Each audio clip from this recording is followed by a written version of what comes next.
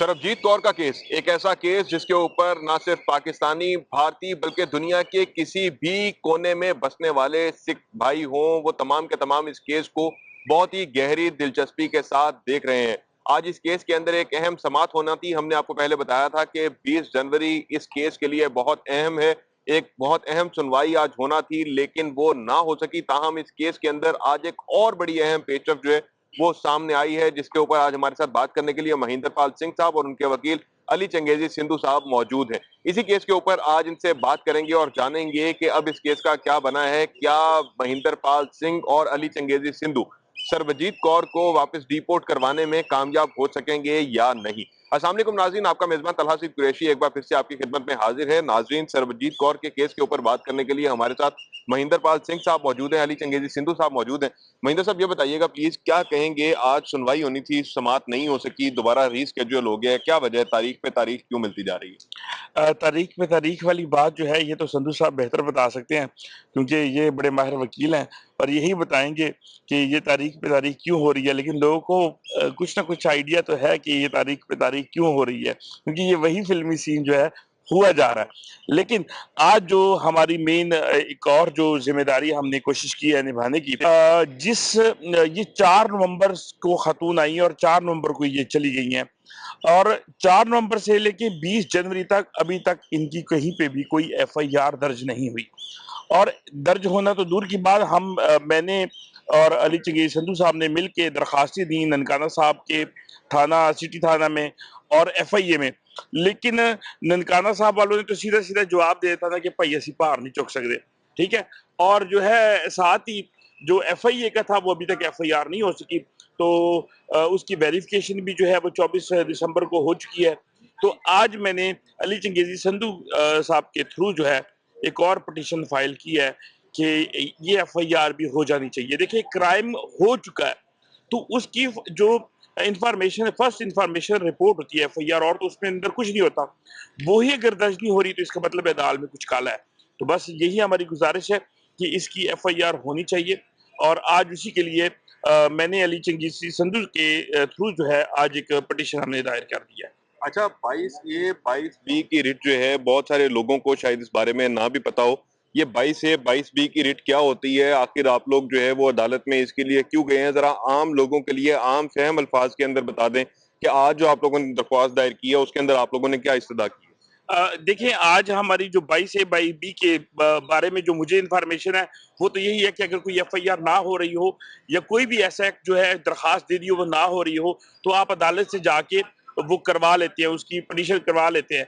लेकिन ये इसके बारे में ज्यादा अली चंगेजी संधू साहब ज्यादा बेहतर बता सकते हैं।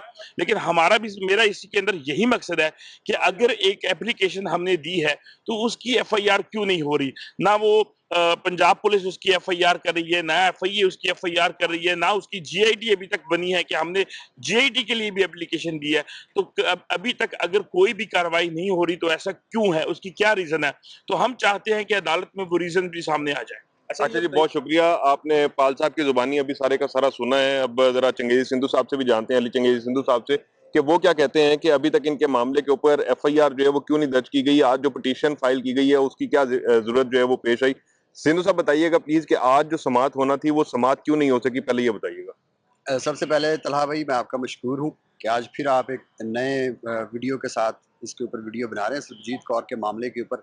आज लाहौर हाई कोर्ट में जस्टिस फारूक हैदर साहब के पास हमारी जो मेन पिटीशन थी Mahendra Pal Singh versus federation of Pakistan वगैरह, उसकी समाअत होनी थी, लेकिन वो समाअत नहीं हो सकी। उसकी मुख्तलिफ वजूहात हो सकती हैं, जैसा बीमार हैं, छुट्टी पे हैं, या वो कहीं और चले गए हैं, यानी कि उनका रोस्टर वगैरह चेंज हो गया है। तो ये एक कोर्ट की प्रोसीडिंग में एक नॉर्मल चीज़ है, इसमें कोई इतनी कबाहत नहीं है, इसमें कोई मसला नहीं है।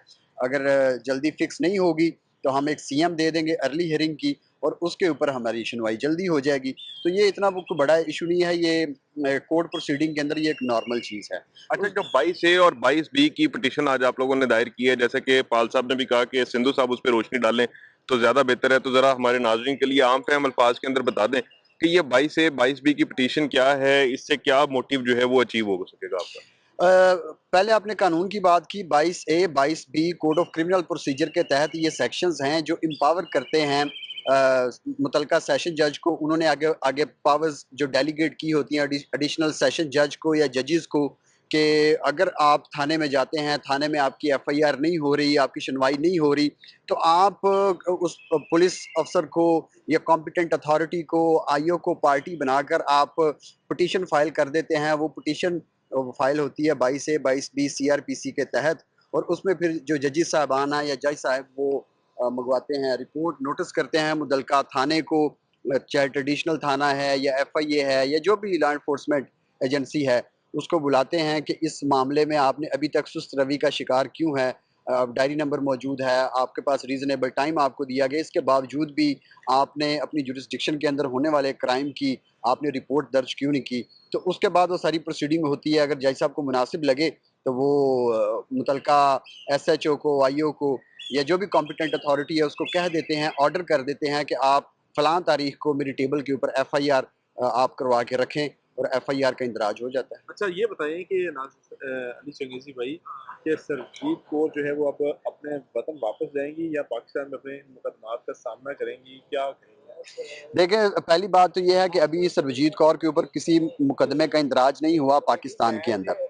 आज की जो पिटीशन थी उसको दायर करने का फ़कत मतलब ये था कि पाकिस्तान के अंदर उसके डोमेस्टिक लॉज़ की कंप्लायंस हो, रूल ऑफ लॉ हो, कॉन्स्टिट्यूशनल सुपरमेसी हो।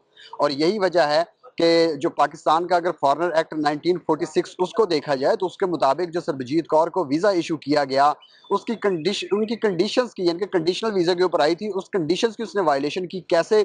क्योंकि 4 से 5 नवंबर को सरबजीत कौर पाकिस्तान आई और वो भाग गई, और उन जगहों का उसने विजिट किया या उन जगहों पे मुकीम रही गैर कानूनी तौर पे, जो पाकिस्तानी गवर्नमेंट की तरफ से, स्टेट ऑफ पाकिस्तान की तरफ से रिस्ट्रिक्टेड था।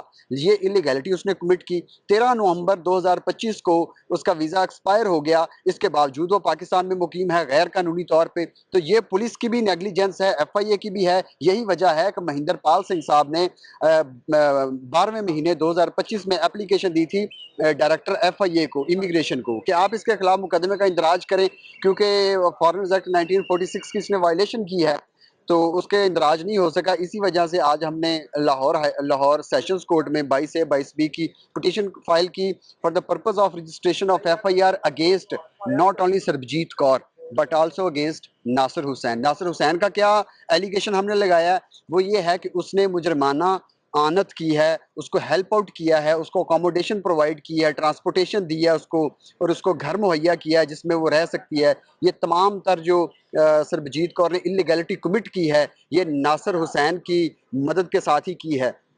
बहुत शुक्रिया जी। जैसे कि भी आपने अली चंगेज़ी सिंधु साहब की जुबानी जाना, आपने महिंदर पाल सिंह साहब की जुबानी जाना कि इस केस के अंदर क्या अपडेट है, और आपने ये भी जाना कि आज एक नई पिटीशन जो है वो सरबजीत कौर के खिलाफ, नासिर हुसैन के खिलाफ जो है वो लाहौर के अंदर दायर कर दी गई है।